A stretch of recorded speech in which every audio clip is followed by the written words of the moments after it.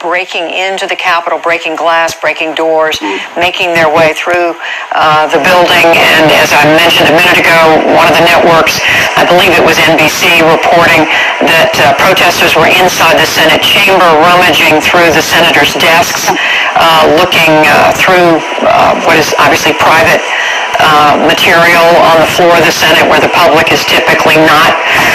Okay, guys, CNN has their own channel. If you have their own channel, CNN Live, CNN News. As you see, it is right there. I might put the link in the bio, but this is crazy. I just wanted y'all to know, my streamers, to see this. Allowed to go. Yes, it is the people's house from the standpoint of this is our government, and it's a democracy. So this is the people's house, but at the same time, business has to be conducted. People's lives and affairs have to be respected, and security has to be respected, and that's not happened. That's not what's happened today. This has been an overrunning of security way beyond what anyone expected. The level of security at the Capitol was not sufficient to meet the level of protesters who showed up determined to get in. They were clearly just not. All right, guys, listen. Go ahead and go to CNN on your TV. This is crazy. Look, these fools have stormed the freaking building, bruh. Prepared. Perhaps didn't want to believe that people would take the steps that they have taken today. By the way, I should say that I'm told there is another. It's really high, but the protesters have stormed the buildings. As you see, this is crazy. I've never seen it like this. Report, a spokesperson for Speaker Nancy Pelosi reports that she is safe. They have gotten the president and stuff out of there. Right now, somebody's in there, and somebody has been shot, and they were shot in the chest, and they at a gun off standpoint.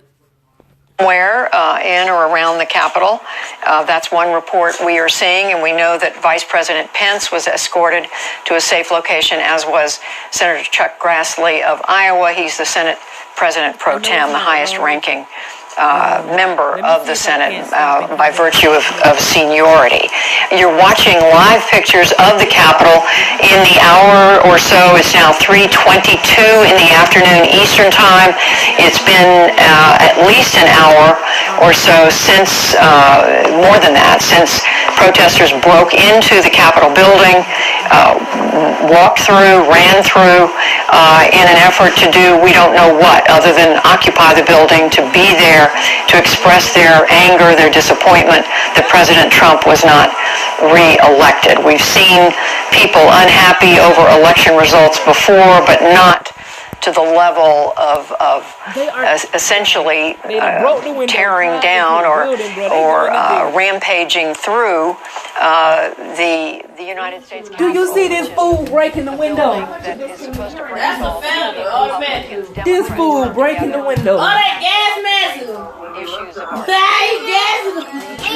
Or not, to argue, to debate the issues that matter in the lives of all Americans, and instead what we've seen is mob rule, mass protest taking over, and we're just thankful that there haven't been more incidents of violence. We're waiting to find out more about the individual who was shot inside the Capitol. I want to go back to the two gentlemen who are veterans of working on Capitol Hill. John Hart, who worked for Republican Tom Coburn, Democrat Danny Weiss worked for House Speaker Nancy Pelosi as her chief of staff. Danny, I didn't get a chance to come to you a few minutes ago, but I have to keep asking the two of you, what do you make of this as someone who knows that building and knows the work that goes on inside there day after day? It's extremely disheartening, and it's scary. There are a few things I've been thinking about. One is it's really unbelievable that the Capitol Police appear to have been unprepared. There have been a number of occasions where the Capitol Police have been significantly dressed down for failing to have proper procedures, and then they take better procedures. And again, members of Congress are dependent on the Capitol Police and the sergeant at arms for their security.